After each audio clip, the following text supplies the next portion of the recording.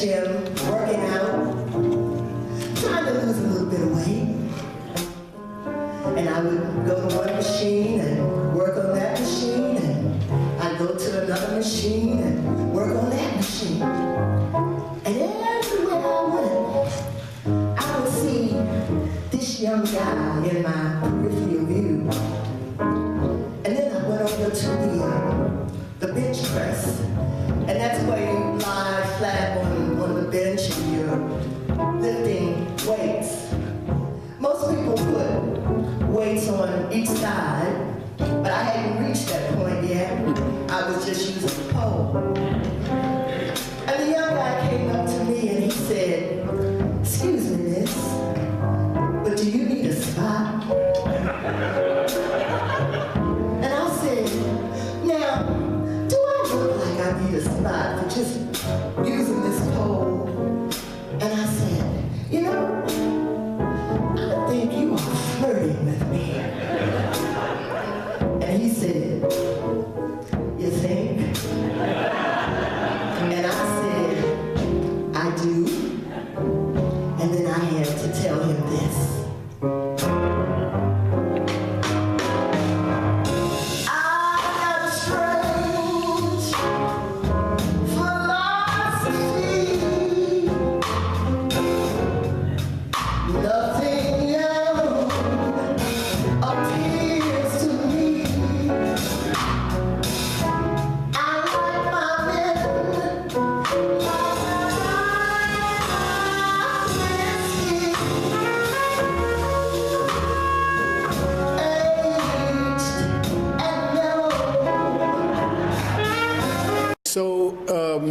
What's your fascination with classical jazz?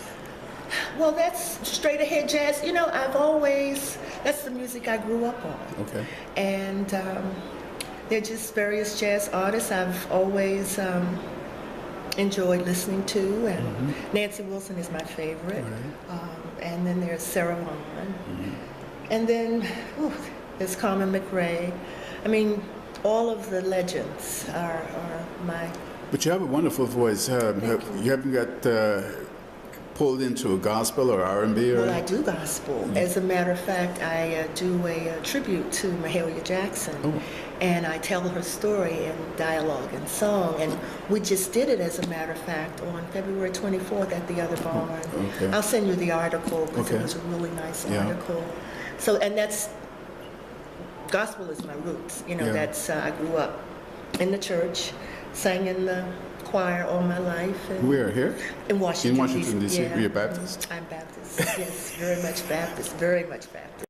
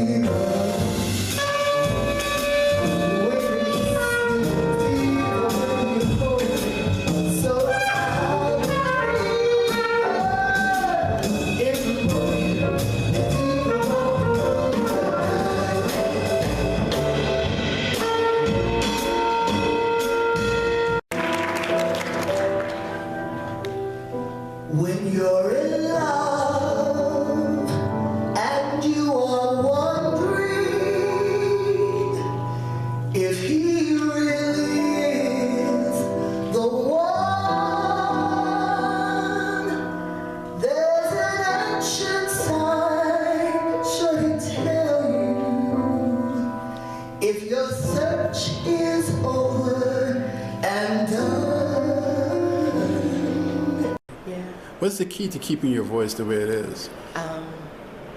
Voice lessons. Really? Yes. Oh yeah. You know, the voice is the vocal. It's a muscle, and it's like any other muscle. Yeah. If you don't use it, you lose it. If I don't use the muscles in my arm, it atrophies. If I don't, as a singer, I feel that that's a responsibility that I have to keep my voice in shape. So I still take voice lessons. I vocalize every day because this is what I do. Right. And so I feel personally that I have a responsibility to make sure, just like I want my body to be in shape. If I'm singing and people are paying money to hear me sing, then I have the responsibility to make sure that my voice is in good shape so that people can continue to come. It's quite a good philosophy. Yeah, it is. So now that you have mentioned the people you admire the most in the classical arena, We call it straight ahead, but I know what you mean. most of them are gone. Yeah, they are. So you now become the ambassador? Well, I don't know. I'm going to keep doing this for as long as I can. You know, yeah, I guess so. Yeah. You know, because this music,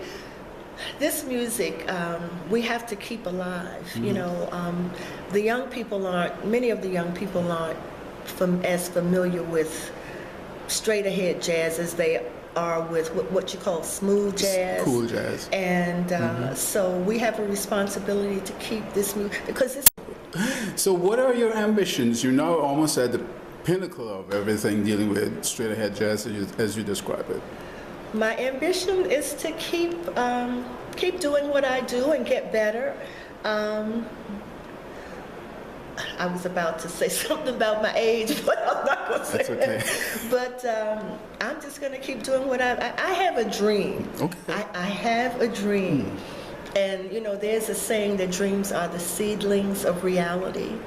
And I have a dream. And I'm going to put it out there. I haven't put it out there yet. Are you going to tell us what this is? I am going to tell you. Okay. I have a dream. I have a vision of singing at Carnegie Hall. Ooh. I do. Are you preparing for this? I'm preparing for it. I put it out there, and I expect it to come.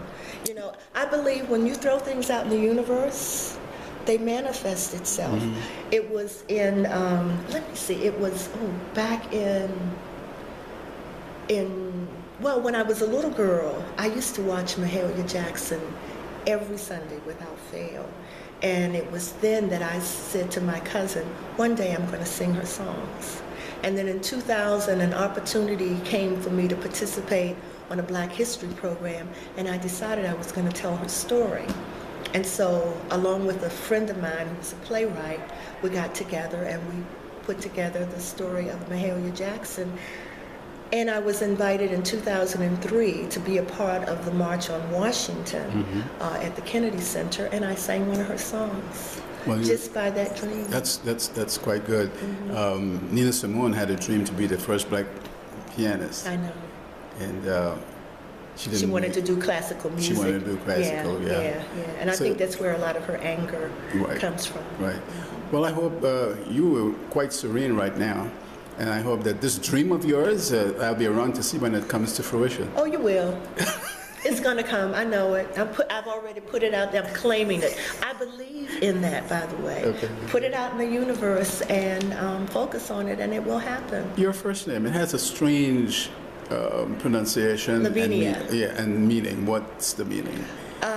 It's a Southern name. Okay. Okay, and I don't know the meaning, but it's a Southern name. There are variations of the spelling of that name. Some people spell it Luvenia. Some people spell it Louvenia. Some people spell it Lavenia, and I spell mine Lavenia. Well, and I'm named after my aunt. Well, it's not going to be a mistake when that comes up on the lights, when this dream Put it up on the marquee. On the marquee. Thanks a lot. Thank you.